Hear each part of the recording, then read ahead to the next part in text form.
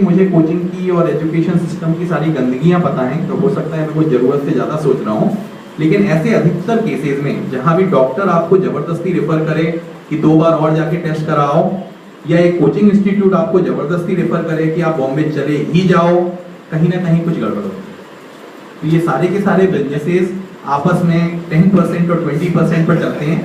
इसीलिए मुझे लगता है कि आज के ज़माने में आपको अपनी बुद्धि का इस्तेमाल ज़्यादा करना है। बॉम्बे जाके आई है या सीए हो गई तो 2 यहाँ भी रही थी, बॉम्बे जाके आई, तो एटलीस्ट ये मालूम है कि सूरत है बेटर।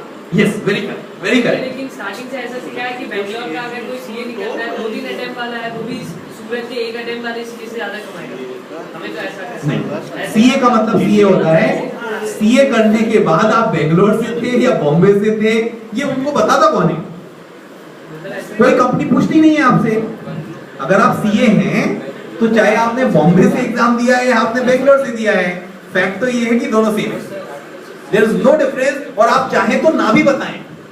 अगर मान लो आपने बोल दिया कि मैंने तो बॉम्बे में रहता था, मैं तैयारी की, तो हाउ वुड दे नो? क्योंकि जो बंदा यहाँ तैयारी करता है वो भी बॉम्बे में जाके एग्जाम दे सकता है, और बॉम्बे में तैयारी करने वाला यहाँ आके एग्जाम दे सकता है। तो कंपनी को बताएगा कौन? वो तो आपको ही पता है, कंपनी को तो पता ही नहीं है बेचारी को। इसीलिए देयर इज नो डिफरेंस।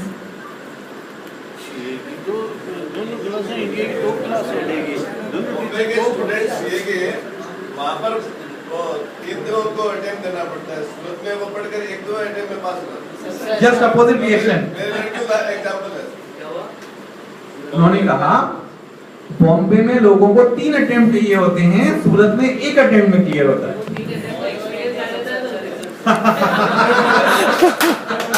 देखो यार, अब तुम चाहते हो कि सारी चीजें तुम वहीं की पॉजिटिव ले लो, तो चॉइस इज योर्स।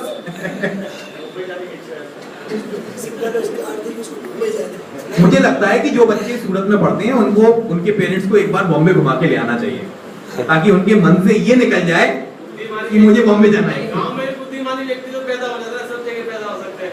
बिल्कुल ठीक बात है। नहीं, एग्जाम ही एक ही है। अगर एग्जाम अलग होता, यूनिवर्सिटी अलग होती, तो हम शायद मान भी सकते थे। जब एग्जाम ही एक ही है तो कोई फर्क ही नहीं पड़ता।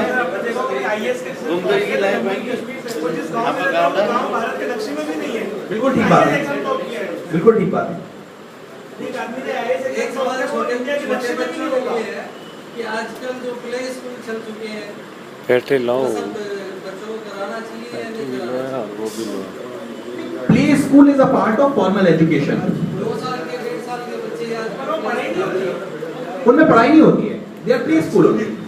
उसके बाद में जैसे 5 साल की बेटी है, मेरी आजकल टीवी पे इतने प्रोग्राम्स आते हैं, टीवी वो डांस के, ये सब उसको ये भी करा दे, डांस क्लास भी ज्वाइन करा दी, योगा क्लास भी ज्वाइन करा दी, ट्यूशन चालू है उसकी। क्या 5 साल के बच्चे के लिए सब सही है? नहीं, प्रॉब्लम क्या है मैं बताता हूँ। अगर आप अपनी वाइफ को अलाउ करेंगे ये सब करने को, तो वो खुद ही करेंगी, बच्चे को नहीं कराएंगे। अब बात समझिए कि प्रॉब्लम क्या है।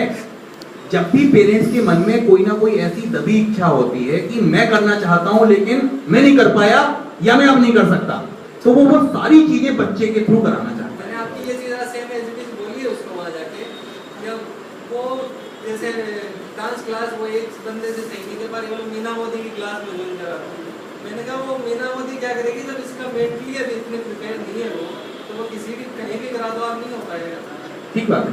नहीं, लेकिन क्या होता है ना, जैसे मान लीजिए किसी के पास पैसा नहीं था जब वो अपनी इंजीनियरिंग करना चाहता था, तो उसको ऐसा लगता है कि अगर उसके पास अब पैसा आ गया, अब तो बच्चे को इंजीनियरिंग करनी पड़ेगा। ये प्रॉब्लम है जो गलत है। ये सब कराना चाहिए, इसीलिए नहीं कराना। देखिए, ऐसा कोई रूल नहीं है कि कराना चाहिए नहीं कराना चाहिए, बस इतना ध्यान रखना चाहिए कि कहीं बच्चा जरूरत से ज्यादा ना परेशान हो जाए। अगर बच्चा कर सकता है और उसका भी एंथुसियाज्म लेवल उतना ही है तो कोई बुराई भी नहीं है। लेकिन जनरली ऐसा होता है कि आप जरूरत से ज्यादा कर देते हो और वो 3 चीजों के चक्कर में एक भी नहीं सीख पाता। इससे अच्छा है कि 3 में से एक डिसाइड कर लें। सही बात है। इसके ऊपर एक 3 इडियट पिक्चर बहुत अच्छी आएगी। 3 इडियट्स बहुत अच्छी पिक्चर है, बहुत अच्छा इसमें कुछ सीन है। बिल्कुल। जबरदस्ती आप उसको करियर उसके खिलाफ मत जो उसकी इच्छा रुचि है बिल्कुल। बिल्कुल ठीक है। चेतन भगत की सारी नॉवेल्स में है, सिर्फ चेतन भगत की नहीं, जो भी बंदा आईआईटी जाता है उसको आईआईटी जाके ऐसे बहुत सारे लोग मिल जाते हैं जो जबरदस्ती आईआईटी में आ गए, और जबरदस्ती आईआईटी में आ गए इसका मतलब दे वर इंटेलिजेंट, लेकिन उनको गलत जगह मोड़ दिया गया। उसकी जो प्रतिभा जिस जगह होनी चाहिए वहां नहीं है। तो जब तक हम इन चीजों का ध्यान नहीं देंगे तब तक बच्चे थोड़े से जरूरत से ज्यादा परेशान हो जाते हैं।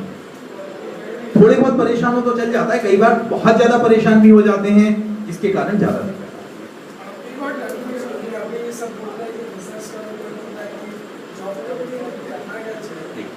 मैं ये बोलता हूँ भैया, जॉब करने के लायक तो बन जाओ, इस लायक तो बन जाओ कि तुम डिसीजन ले पाओ। कभी अपने पेरेंट्स का बिजनेस इस लॉजिक से मत करो कि तुम्हें कोई और तो नौकरी देगा ही नहीं, तो पेरेंट ही बच गए, है ना। मैं ये कहता हूँ दुनिया की नौकरी को लात मार के पिताजी के साथ आओ, कम से कम पिताजी को भी तो पता हो कि 4 नौकरियों को लात मार के आया बेटा। बिल्कुल पढ़ना चाहिए। देखो स्किल डेवलपमेंट जब तक नहीं होगा तब तक आप सिर्फ अपनी दुकान के चौकीदार बन के रह जाओगे। आपके पिताजी बोल देंगे बेटा ये गल्ला है और यहीं बैठना, तो देखते रहे ना गल्ला को, बाकी तो लोग लगे काम चलता रहेगा। Don't do this kind of work, this is donkey's work. अब बात समझ रहे हैं ना, आपके पापा का बिजनेस प्रॉब्लम नहीं है, प्रॉब्लम है the way you are going to handle it.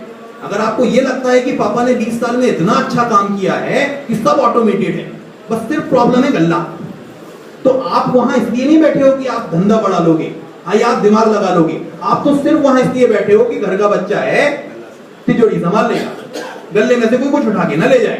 तो यार चौकीदार थोड़ी बनना है।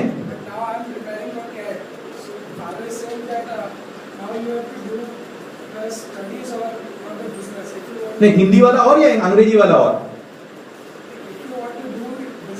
What I am asking is, your parents are asking you to do the business and prepare for CAT along with it. No. You can okay English वाला। अच्छा, English वाला और है, वो MBA के साथ है या प्रिपरेशन के साथ है?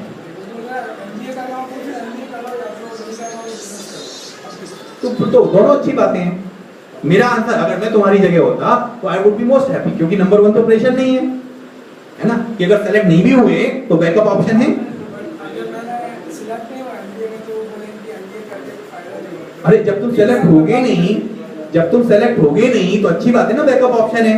और अगर तुम सेलेक्ट हो गए, तुम IIM अहमदाबाद चले गए, अगर तुम IIM अहमदाबाद से MBA करके आ गए, तो तुम्हें नहीं लगता कि तुम पापा के बिजनेस को 4 चांद लगा दोगे? नहीं, जॉब लोगे तो जॉब के बाद भी वापस आ सकते हो। जॉब लेके क्या करोगे? किसी और का बिजनेस भी तो उठाओगे। या IIM अहमदाबाद के बाद कोई और ऑप्शन है? कोई आपको कलेक्टर तो बना नहीं देगा, है ना। अल्टीमेटली आप किसी का बिजनेस बढ़ाओगे, तो जब आप उनका बिजनेस बढ़ाओगे तो अपने पापा का भी बढ़ा सकते हो। Definitely best thing in life is do your MBA, learn 1 or 2 years on someone's expense, come back, implement the same changes in your own business. अगर आपको फ्यूचर ग्रुप ने बिग बाजार का मैनेजर बना दिया, अब यार जब तुम वहां बिग बाजार में सारे सिस्टम्स एंड प्रोसीजर देख लोगे कि कैसे एक आदमी 200 स्टोर संभाल सकता है, तो तुम्हारे पापा तो इसी टेंशन में होंगे कि मैं एक बिजनेस में संभालूं, महाराज जी के पास जाऊं तो उस दिन दुकान कैसे संभलेगी। उस चीज का सॉल्यूशन तो तुम निकाल सकते हो ना, और जिस दिन तुम वो सॉल्यूशन निकाल के दिखा दोगे और उनको कन्विंस कर लोगे, उस दिन से वो तुमसे पूछने लगेंगे आगे धंधा कैसे करना है ना। उसके पहले तो नहीं होगा। So basically it is skill enhancement. और अगर आपने स्किल्स बढ़ा ली तो इस बात का कोई वैसे भी फर्क नहीं पड़ता यार कि आप जॉब कर रहे हो या अपने पापा का धंधा कर रहे हो, या तुम्हारा खुद का धंधा पापा से बड़ा हो गया कि पापा सोच रहे हैं तुम्हारे साथ आ जाएं। पूंजी तो यहाँ होती है, मतलब खुद की पूंजी स्टडी। बिल्कुल, खुद की पूंजी जो है वो स्टडीज है। बिल्कुल ठीक बात है। और आजकल तो वैसे भी ऐसा हो रहा है, बहुत ज्यादा हो रहा है। पिताजी के बड़े बड़े धंधे हैं, लेकिन बच्चे खुद टेक्नोलॉजी के धंधों में इतना आगे बढ़ जाते हैं कि उनका खुद का पर्सनल टर्नओवर पिताजी से कई गुना हो जाता है। ऐसे बहुत सारे एग्जांपल्स हैं, एक दो एग्जांपल्स नहीं है। क्योंकि आज धंधा कैसा हो गया है, पहले धंधा था 10 पीढ़ी में अगर धंधा बनाए तो अगली 10 पीढ़ी गारंटी से चलेगा। अब तो साल भर में धंधा कहाँ ऊपर पहुंच जाता है और ऊपर का धंधा कहाँ नीचे आ जाता है। तो अब तो पीढ़ियों वाली बातें तो खत्म होती जा रही हैं।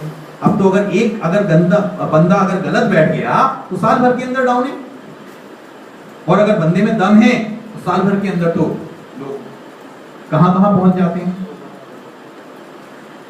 सर